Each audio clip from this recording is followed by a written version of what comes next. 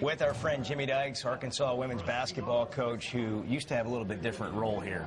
It was ESPN send me, I'll shake a lot of hands, I'll do an interview with John Calipari if I have to, but I just want to say hi to people. Now you're in the meetings, man. What's cool? What happens in the meetings? What do you have to do in the meetings? I got to pay attention. I used to come to Destin and not have to pay attention. Just worry about is it a red flag or a yellow flag or a green flag on the sand. Not now. It's a You know, it was really eye-opening last year. I've always had great respect for this league, obviously, working for ESPN. I got to know the coaches in all the sports, really. But, you know, there's a lot of planning, a lot of thoughts, a lot of different things coming down our pipe right now with the rule changes and things in women's college basketball. So, fortunate to have my wife and daughter with me. Got to hang out with them this morning a little bit. Now we're going to work for a couple of days. A lot of guys are trying to get out of coaching into media. They thought that was an easier job, show up on TV and make good money. You went the other way. How did that work out for you in the first year?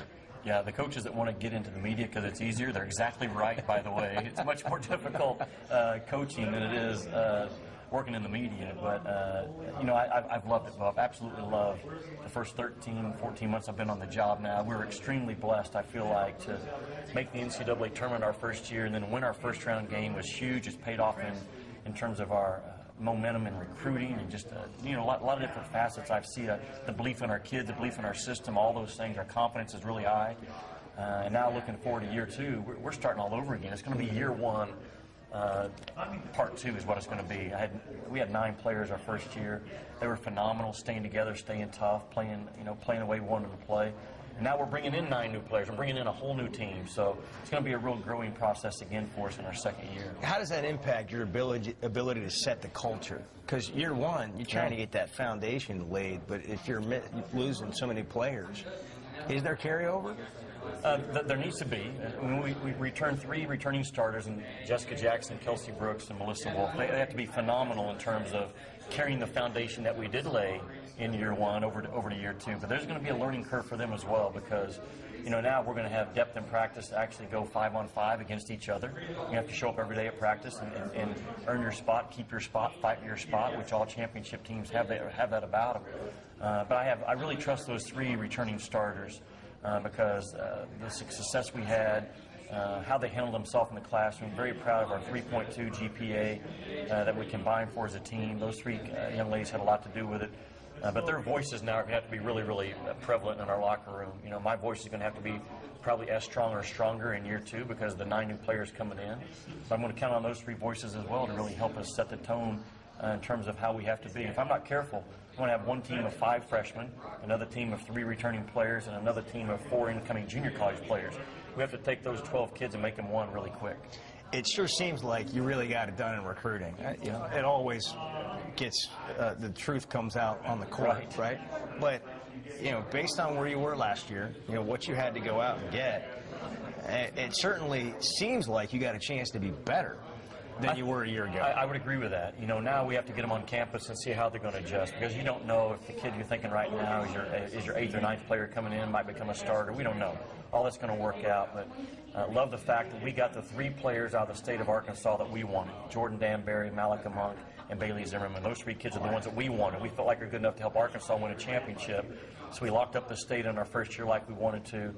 And then in the spring, because we knew that we were losing numbers, lost kids to graduation, a couple of kids transferred, we knew we had to have a pretty good signing class in the spring as well to go with the 5 freshmen we signed in the fall.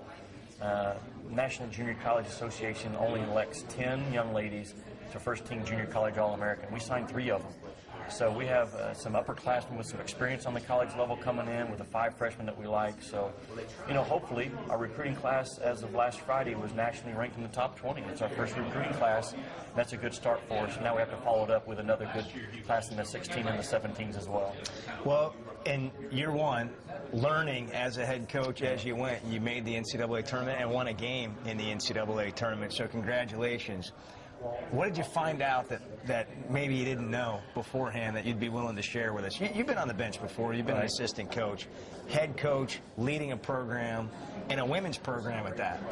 You know, I knew what I was getting into. I did my homework, and I've been in it before. I've been around it all my life. But really, the hour to hour, how quickly things can change, from a high to a low to a problem to fixing the problem. There's another fire over there. Let's put that one out.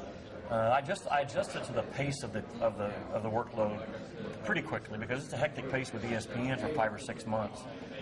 Where I struggle the most, where I'm going to have to continue to grow as a coach, is handling the losses. You know, I don't think I did a good enough job anticipating what the losses were going to feel like again. I've been out of it for a while in terms of, you know, we're keeping score now and it's on you. And it's also a different feel from an assistant coach, which I was, to a head coach. So that first loss that I had was a real putt in the gut punch, and 14 times we lost. I mean, we won 18 ball games. I'm proud of that, but I've got to get better at handling the losses internally myself. And we're not going to go undefeated. I know that. So I have to get much better at digesting the loss, learning from it, and getting on to the next game. But I think, you know, you always learn as a head coach. If I'm in this 20 years from now, I'll still be learning lessons. Your game is a little bit under attack. You know, offenses aren't as good, and the entertainment level maybe not as good, and attendance not. These are the things you're hearing. Right. Women's and men's game, which you've been a part of for many, many years. What's the solution? Is there an issue? Does this need to be fixed? I don't think there's an issue on the women's side, to be honest with you. I mean, we were playing with a 30-second clock, and you know, we had games all year long in our league that were played in the 80s and the 90s. We weren't one of them. We couldn't score that many points sometimes in 2 games, but I think I like the shape that the women's game's in right now. I'm not in favor of some of the changes that I see coming down the road for us right now. I don't like when you play the game one way for 39 minutes, and then the last minute you change up how we're doing it. We're talking about advancing the ball to the 28-foot mark with under a minute to go. If you call a timeout, you get the ball out of bounds under 94 feet away.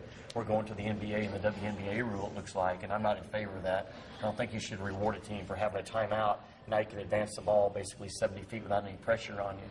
But I do understand being proactive and staying in front of things. I'm not so sure sometimes we don't change rules just for the sake of changing rules, though. I'm not in favor of now having 2 different restricted arcs on the floor, which we're going to have. We're going to have one restricted arc under the goal for the women, one for the men. I think the floor needs to have a lot of symmetry in how it looks. We're going to have a lot of different lines out there. But you know what? I haven't been in the women's game long enough to step up and have a strong voice for it. I'm going to accept whatever we have and roll with it. As long as I have the same rules to play with as you, then I'm fine with it. What about the men's game? The men's game is going to be I think it's going to be a pretty quick learning curve for those guys, because now you're going to have a lot of under 10 shots being taken.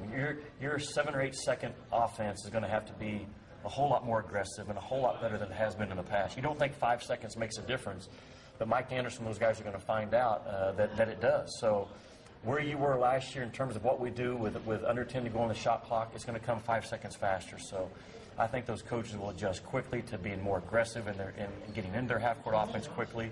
And I think you'll see more zone defenses now on the men's side, because you can slow people down with a zone press and only have to play, you know, in the half court for 5 seconds less. That's a big change. Jimmy Dykes, Arkansas women's basketball coach. So in the meeting, are you gonna stand on the table for anything? Will you at some point just say, hey, listen, I know I'm in year 1, right, but by golly, this has to happen. Yes. And it's got to happen today. Yes. Does that help you or hurt you? No, with all the other coaches? No, it will help me, because when that clock strikes noon today and my schedule says lunch, I will stand on the table and say, enough is enough is enough. Yeah. It's lunchtime. It's time to go to lunch. Yeah. This meeting's going That's what I know enough. from year 1. And there he is. Hey, he didn't get here by not knowing how to handle these kind of situations.